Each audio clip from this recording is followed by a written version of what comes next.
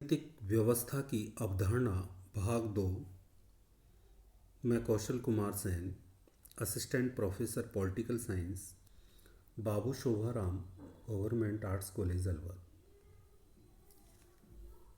हमने राजनीतिक व्यवस्था की अवधारणा का अध्ययन इससे पूर्व के अंक में भाग 1 में किया था, जिसमें हमने आपको बताया था कि आधुनिक दृष्टिकोण राजनीतिक व्यवस्था राज्य को मानता है, जहाँ परंपरागत दृष्टिकोण जिसे राज्य कहता है उसे आधुनिक दृष्टिकोण उस राजनीतिक व्यवस्था कहता है। कोई भी व्यवस्था अनेक उप व्यवस्थाओं से या इकाइयों से मिलकर बनी होती है। उस व्यवस्था में प्रत्येक उप व्यवस्था अपना निश्चित कार्य करती है और व्यवस्था के लिए करती है। इस प्रकार सभी इकाइयों की पारस्परिक अंतरक्रियाएं व्यवस्था को सक्रियता एवं गतिशीलता प्रदान करती है। इस दृष्टिकोण को प्राणी शास्त्र से अपनाया गया। प्राणी शास्त्र से ये समाज शास्त्र में आया और समाज शास्त्र से इसे राजनीति विज्ञान में अपनाया गया। आधुनिक दृष्टिकोण में जिसे परंपरागत दृष्टिकोण में जिसे संस्थाएं कहा जाता है, आधुनिक दृष्टिकोण में उसे संरचनाएं कहा जाता है। इस प्रकार हमने इसके प्रथम अंक में राजनीतिक व्यवस्था का अर्थ, परिभाषाएं, विशेषताएं आदि का अध्ययन करने के उपरांत अब हम राजनीतिक व्यवस्था की विशेषताओं का अध्ययन करेंगे।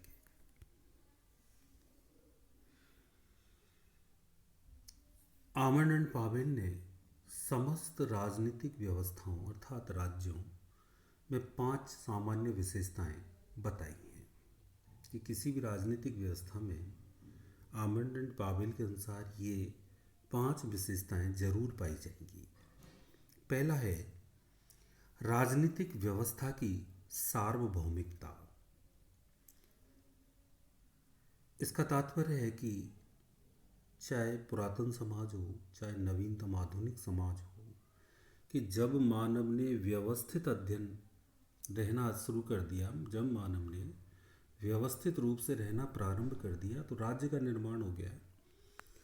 तो जब राज्य का निर्माण हो गया, कहने का मतलब कि मनुष्य की व्यवस्थित तरीके से रहने के साथ ही राजनीतिक व्यवस्था पैदा हो जाती है। तो राजनीतिक व्यवस्था हर समय, चाहे प्राचीन काल हो चाहे आधुनिक काल, हर समय रही है। दूसरा है राजनीतिक संरचनाओं की सार्वभौमिकता। इसका तात्पर्य है कि जब प्रत्येक राजनीतिक व्यवस्था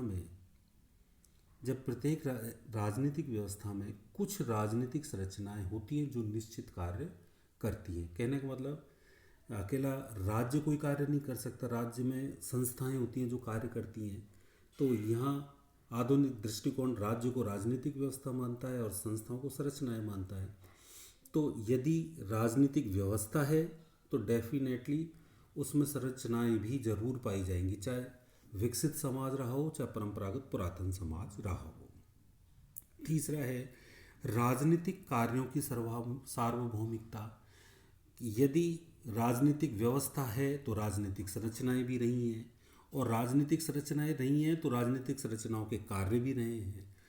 तो हर समय, चाहे जब भी मैं अभी जैसे आपको बता रहा था कि जब भी मानव ने निश्चित व्यवस्थित क्रम में रहना प्रारंभ किया तभी से राज्य पैदा हुआ। तो राज्य अर्थात राजनीतिक व्यवस्था आई।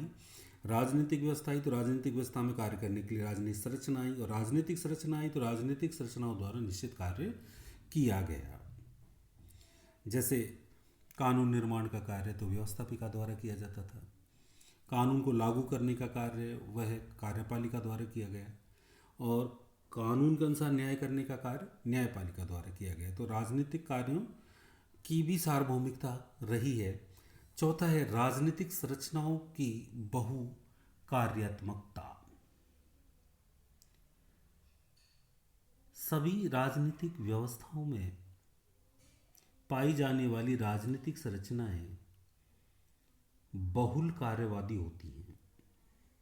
प्रत्येक राजनीतिक संरचना किसी विशेष कार्य को करती है, किंतु वह इस विशिष्ट कार्य के अलावा अन्य कुछ या अनेक कार्यों को भी करती हैं। जैसे उदारवादी लोकतंत्र में नौकरशाही नामक राजनीतिक संरचना का प्रमुख एवं विशिष्ट कार्य है प्रशासनिक कार्यों को करना, किंतु वह नीतियों के निर्माण एवं नियम निर्माण के कार्य को भी प्रभावित करती है। इस प्रकार राजनीतिक संरचनाएं अपने निश्चित कार्य को करने के बाद, जैसे निश्चित कार्य अर्थात उनके प्रकार्य को करने के बाद भी दूसरे कार्यों को प्रभावित करती हैं। अगला है राजनीतिक व्यवस्थाएं सांस्कृतिक रूप से मिश्रित लक्षण वाली होती हैं। आमंड एंड पावेल का कहना है कि सभी राजनीतिक व्यवस्थाएं यदि वो परंपरागत हैं तो उसमें आधुनिकता के तत्व पाए जाएंगे, ऐसा नहीं वो पूरी परंपरागत हो, और यदि वह आधुनिक है तो उसमें भी परंपरागत तत्व पाए जाएंगे। जैसे ब्रिटेन का उदाहरण लें, ब्रिटेन में लोकतंत्रात्मक शासन प्रणाली है, किंतु वहाँ राजा का पद भी विद्यमान है, वहाँ प्रीवी काउंसिल भी विद्यमान है।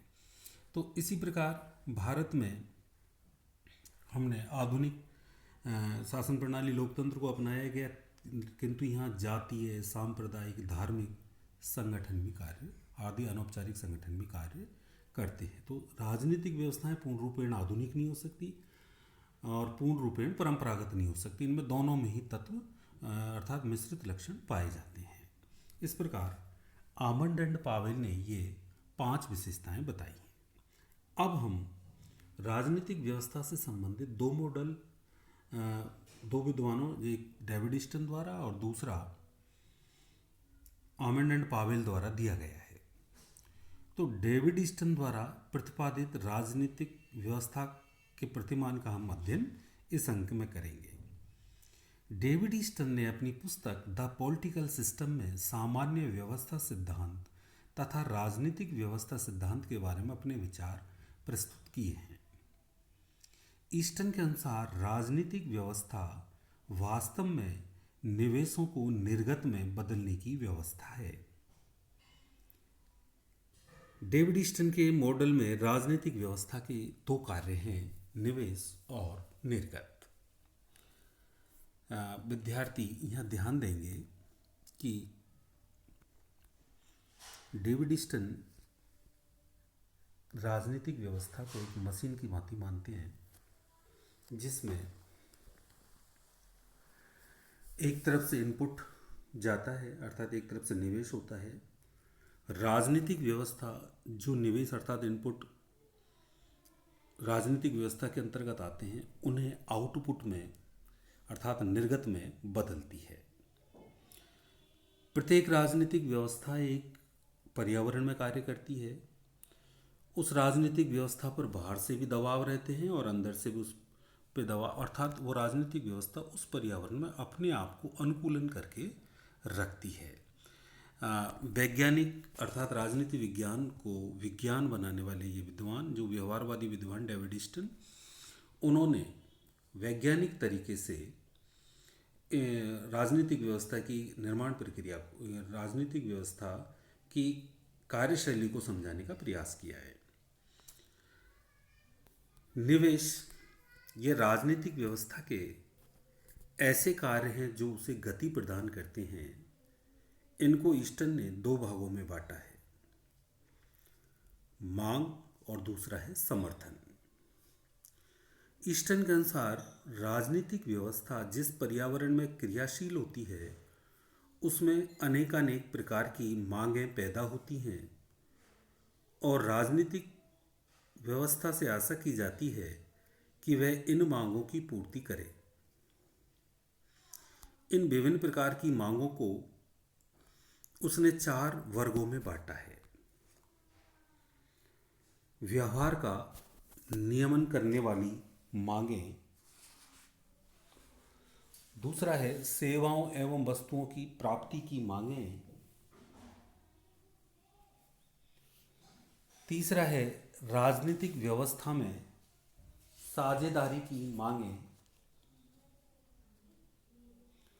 और चौथा है सूचनाएं प्राप्त करने संबंधित मांगें।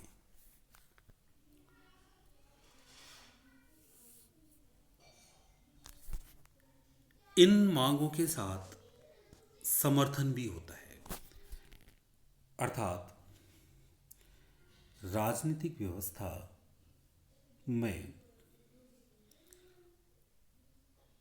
निवेश के रूप में कुछ मांगें प्रवेश करती हैं। ये मांगें या डिमांड्स पर्यावरण से आती हैं, अर्थात लोगों के बीच से आती हैं कि लोग क्या चाहते हैं व्यवस्था से, अर्थात किस प्रकार की नीतियाँ बनवाना चाहते हैं या किस प्रकार के कानून बनवाना चाहते हैं या किसी प्रकार का लाभ किस प्रकार प्राप्त करना चाहते हैं, किन सेवाओं और वस्तुओं की प्राप्ति करना चाहते हैं, क्या उनकी आवश्यकताएं हैं। राजनीतिक साझेदारी में अर्थात व्यवस्था द्वारा पूर्व में किए गए कार्य में वो हिस्सेदारी या राजनीतिक व्यवस्था से अपेक्षा रखते हैं कि लोगों की इच्छा अनुसार वह कार्य करे। अगला है सूचना प्राप्त करने संबंधित मांगें। कई बार सरकार अर्थात राजनीतिक व्यवस्था कैसे कार्य कर रही है उससे सूचनाएं प्राप्त करना चाहते हैं, तो ऐसी मांगें लोगों द्वारा उठाई जाती हैं। ये मांगें निवेश के रूप में राजनीतिक व्यवस्था में अर्थात जो राज्य की संस्थाएं उनमें प्रवेश करती हैं। अर्थात जैसे संसद से मांगे तो संसद के भीतर जाएगी, कार्यपालिका से संबंधित मांगे तो कार्यपालिका के पास, और न्यायपालिका से संबंधित मांगे तो न्यायपालिका के पास आएगी। तो कहने के बाद ये सभी को एक राजनीतिक व्यवस्था मान लिया गया और राजनीतिक व्यवस्था में लोगों द्वारा उठाई गई मांगें प्रवेश करती हैं। अकेली मांग निवेश के रूप में प्रवेश नहीं कर सकती। साथ में वह मांग तभी प्रवेश होगी तब उसके साथ समर्थन जुड़ा हो, अर्थात सपोर्ट भी उसके साथ चाहिए। डिमांड अकेली प्रवेश नहीं कर सकती व्यवस्था में निवेश के रूप में, वह तभी प्रवेश करेगी जब जन समर्थन उसके साथ हो। ये डेविड स्टन का मॉडल है। इस मॉडल में उन्होंने बताया है कि निवेश एक तरफ निवेश है, दूसरी तरफ निर्गत है, निकास है। तो निवेश के रूप में मांग और समर्थन, पहले मांग जाती है, मांग के साथ समर्थन जुड़ने के साथ ही वह व्यवस्था में प्रवेश कर देती है। व्यवस्था उन्हें परिवर्तित करती है, जैसी मांग है उनके अनुकूल। मान लो मांग कानून बनाने संबंधी है तो व्यवस्था कानून बनाती है। व्यवस्था से कुछ प्राप्त करना है, पुरस्कार प्राप्त करने हैं तो व्यवस्था पुरस्कार प्रदान करती है, और आदि जैसी मांगे हैं वैसा ही उनका आउटपुट बन के बाहर निकलता है। फिर कुछ समय पश्चात ये जो निर्गत है, आउटपुट है, ये पुनः पर्यावरण में जब लोगों के पास आता है, फिर ये आगे फिर डिमांड बनती हैं, नई मांगें बनती हैं, उनके साथ नए समर्थन जुड़ते हैं, और ये जो निकास है या निर्गत है ये वापस फिर निवेश के रूप में प्रवेश करता है। नई मांगे और नई समर्थन उनके साथ जुड़ते हैं, फिर व्यवस्था उनके अनुसार कार्य करती है और निर्गत बनाती है। फिर जो निर्गत है कुछ समय पश्चात फिर वो व्यवस्था में निवेश के रूप में फिर प्रवेश करते हैं, और इस प्रकार ये अनवरत चलने वाली प्रक्रिया है। समर्थन मांगों के साथ जुड़ा होता है। राजनीतिक व्यवस्था को समर्थन उसकी विभिन्न इकाइयों द्वारा प्राप्त होता है, अर्थात यह व्यक्तियों, वैधानिक संस्थाओं, अनौपचारिक संस्थाओं, औपचारिक व अनौपचारिक समूह द्वारा प्राप्त होता है। जैसा मैंने अभी बताया कि डेविड स्टन के जो निवेश हैं उसमें मांगे और समर्थन एक साथ प्रवेश करते हैं, अर्थात जो मांग उठी है उनके साथ समर्थन लोगों का होता है। वो लोग जातीय संगठन हो सकते हैं, धार्मिक संगठन हो सकते हैं, वैधानिक संस्था अर्थात स्वयं कानून द्वारा स्थापित कोई भी संस्था हो सकती है, संसद भी उस मांग का समर्थन कर सकती है। तो इस प्रकार जब मांग के साथ समर्थन जुड़ जाता है तब वो व्यवस्था में प्रवेश करते हैं। दूसरा, निर्गत।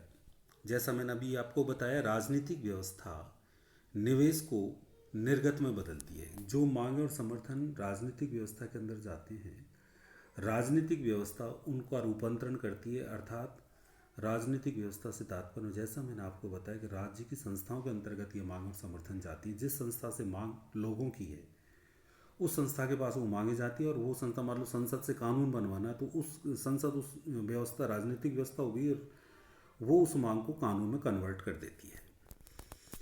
तो राजनीतिक व्यवस्था निवेश को निकास में बदलती है। इसका सरल अर्थ है कि राजनीतिक व्यवस्था रूपी मशीन में निवेश मांगों के रूप में कच्चा माल डाला जाता है ना, मशीन माना गया है डेविड स्टन के द्वारा। तो निवेश और मांग समर्थन अर्थात मांग और समर्थन निवेश के रूप में कच्चे माल के रूप में इसमें व्यवस्था में जाते हैं, और ये अपनी क्षमता एवं स्थिति के अनुसार, अर्थात राजनीतिक व्यवस्था अपनी क्षमता और स्थिति के अनुसार उसे नीतियों, कानूनों एवं कार्यक्रम आदि के रूप में बदल देती है। इससे राजनीतिक व्यवस्था के कुछ पक्षों को लाभ प्राप्त होता है और कुछ पक्ष इस लाभ से वंचित होते हैं, अर्थात उन्हें हानि होती है। इसे ही डेविड स्टन ने राजनीतिक व्यवस्था द्वारा मूल्यों का सत्तापूर्ण या बंधनकारी वितरण कहा है। कि यहाँ डेविड स्टन समझाते हैं कि मांग और समर्थन जब व्यवस्था के अंतर्गत जाती है, व्यवस्था वैसे नियम कानून जैसी मांग की वैसा ही बना देती है, लेकिन उस नीति से पूरा समाज संतुष्ट नहीं होता है। कुछ को लाभ और कुछ को हानि हो सकती है। इसे ही डेविड स्टन ने मूल्यों का सत्तापूर्ण आवंटन, बंधनकारी आवंटन वितरण, मतलब बंधनकारी वितरण, बाध्यकारी वितरण भी जैसे कहा जाता है, कहा है। मूल्यों से तात्पर्य ऐसी नियम निर्माण जो व्यवस्था के जो कानून होते हैं, अर्थात राजनीतिक व्यवस्था जिन नियमों का निर्माण करती है उन्हें कानून बोला जाता है, और वो कानून जनता पे ही लागू होते हैं, लोगों पे लागू होते हैं, तो वो बाध्यकारी हैं और लोग उन्हें स्वीकार करेंगे, चाहे किसी को लाभ हो चाहे हानि हो। राजनीतिक व्यवस्था के निर्गतों के प्रति पर्यावरण में जो प्रतिक्रिया होती है उससे राजनीतिक व्यवस्था में पुनर्निवेश की स्थिति का जन्म होता है। इससे राजनीतिक व्यवस्था का पुनर्निवेश चक्र कहा जाता है। यह चक्र निकास एवं निवेश के बीच घनिष्ठ संबंध स्थापित करता है, राजनीतिक व्यवस्था की गतिशीलता व क्रियाशीलता को बनाए रखता है। जैसा अभी मॉडल को पढ़ाते समय मैंने बताया कि निवेश मांग के साथ, अर्थात मांग और समर्थन निवेश के रूप में व्यवस्था में प्रवेश करते हैं। व्यवस्था इन्हें निर्गत में बदल देती है, अर्थात यदि मांग कानून निर्माण की थी तो कानून बन जाते हैं, नीति निर्माण की थी तो नीति बन जाती है। पुरस्कार, वितरण, उपाधि जो भी है वो व्यवस्था द्वारा बना दी जाती है। इससे कुछ व्यक्तियों को लाभ, कुछ व्यक्तियों को हानि हो सकती है। फिर कालांतर में ये जो निकास जो लोगों को मिला है, निर्गत के आउटपुट के रूप में जो लोगों को नियम कानून जो भी मिला है, भविष्य में लोग इससे और अपेक्षा रखते हैं, इसमें सुधार करवाना चाहते हैं या इसे आगे और बढ़वाना चाहते हैं, इसमें और कुछ जुड़वाना चाहते हैं, तो फिर एक पर्यावरण में इसकी मांग बढ़ती है इस कानून के प्रति या नियम के प्रति, तो फिर एक डिमांड बन जाती है और उसके साथ लोगों का समर्थन जुड़ता है। फिर व्यवस्था में जाती है, व्यवस्था उसी के अनुसार उनमें संशोधन, कानून संशोधन, संवैधानिक संशोधन कुछ भी हो सकता है वो करती है, फिर निर्गत के रूप में फिर बाहर आती है। फिर कुछ समय पश्चात उसमें फिर कोई संशोधन करना है तो फिर पर्यावरण से मांगें उठती हैं, उनके साथ समर्थन, फिर निवेश के रूप में व्यवस्था में, फिर निर्गत। इस प्रकार एक अनवरत राजनीतिक व्यवस्था की प्रक्रिया अनवरत चलती है और राजनीतिक व्यवस्था को गतिशील व क्रियाशील बनाए रखती है। धन्यवाद।